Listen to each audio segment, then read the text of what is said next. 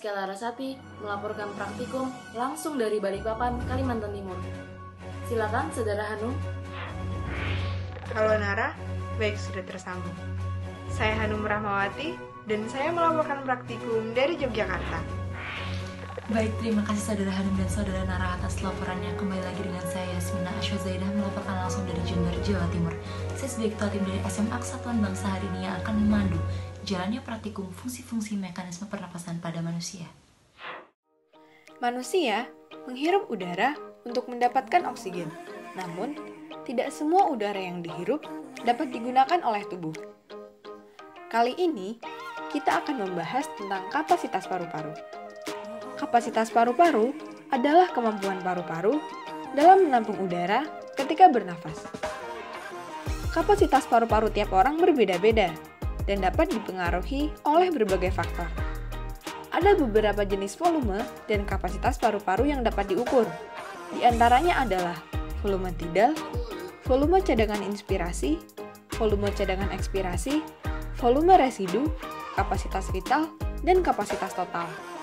Yang lebih lengkapnya akan dibahas pada praktikum kita kali ini.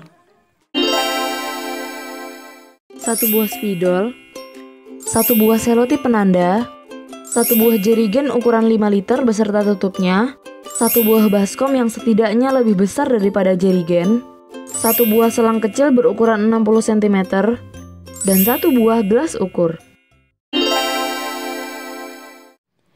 Langkah yang pertama, tuangkan air sebanyak 250 ml menggunakan gelas ukur ke dalam jerigen.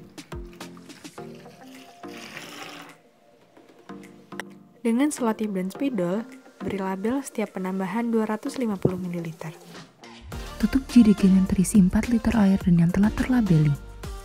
Siapkan baskom besar dan isi dengan air kira-kira setengah volume dari baskom tersebut. Lalu, balik jerigen yang akan kita gunakan sehingga mulut jerigen berada di bawah.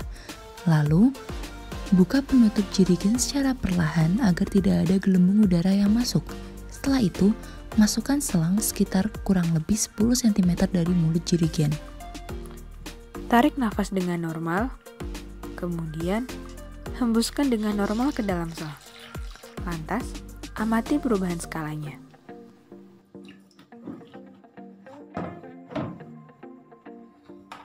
Terjadi penurunan 2 skala, yang artinya volume udara yang kita hirup dan hembuskan secara normal adalah 500 ml yang kita sebut sebagai volume tidal.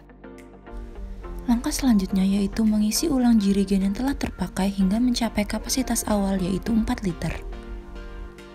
Lalu, ulangi langkah kelima, yaitu membalik jerigen. Perhatikan skala awal, lalu tarik napas normal dan hembuskan sekuat-kuatnya. Perhatikan skala setelah selesai melakukan percobaan. Hitung strip yang terlewati dari skala awal hingga skala setelah selesai. Itu merupakan volume tidal dan volume cadangan ekspirasi. Di sini terlihat 8 strip yang terlewati, berarti 8 dikalikan 250, yaitu terdapat 2000 volume udara. Jangan lupa catat hasil eksperimen tersebut. Selanjutnya, isi ulang jerigen dengan 4 liter air. Pada percobaan ketiga, kita akan menguji seberapa besar kapasitas vital yang kita punya.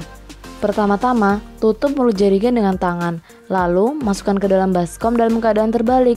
Selanjutnya, masukkan selang secara perlahan-lahan. Jangan lupa, tandai strip sesaat sebelum kita menghembuskan nafas. Lalu, tarik nafas sedalam-dalamnya dan hembuskan sekuat-kuatnya. Setelah hembusan habis, mari kita hitung seberapa banyak air yang turun. 1, 2, 3, 4, 5, 6, 7, 8, 9, 10, 11, 12, 13. Ini berarti kapasitas vital Nara adalah 13 strip dikalikan dengan 250 ml. Pada percobaan ketiga, jangan lupa untuk mencatat hasilnya. Ternyata kapasitas vital Nara adalah 13 strip. Yang artinya 13 strip dikalikan dengan 250 ml, hasilnya adalah 3250 ml. Catat hasil tersebut sebagai kapasitas vital. Untuk mencari volume cadangan inspirasi, kita harus mengurangi kapasitas vital dengan volume tidal. Setelah itu, kurangi hasilnya dengan volume cadangan ekspirasi. Dan akhirnya, hasil yang akan kita dapat mewakili volume cadangan inspirasi. Lalu, masukkan hasilnya ke dalam tabel. Karena volume residu tidak dapat dibuktikan dengan praktikum ini, maka kami mengutip dari sumber berikut. Berikut merupakan hasil eksperimen dari Nara, Hanum, dan Yasmin. Untuk rumus perhitungannya dapat dilihat di teks berwarna biru. Dikarenakan kami bereksperimen dari rumah masing-masing, maka kami mengumpulkan data dari semua anggota.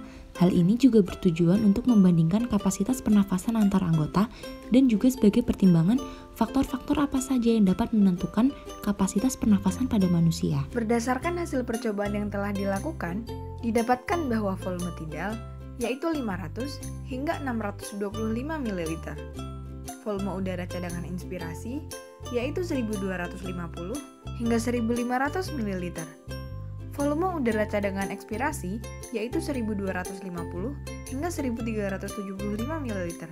Kapasitas vital yaitu 3000 hingga 3500 ml. Volume residu yaitu 1200 ml dan kapasitas total yaitu 4200 hingga 4700 ml. Oleh karena itu, dapat disimpulkan bahwa sistem pernapasan manusia memiliki kemampuan menampung udara yang dibedakan atas beberapa volume udara.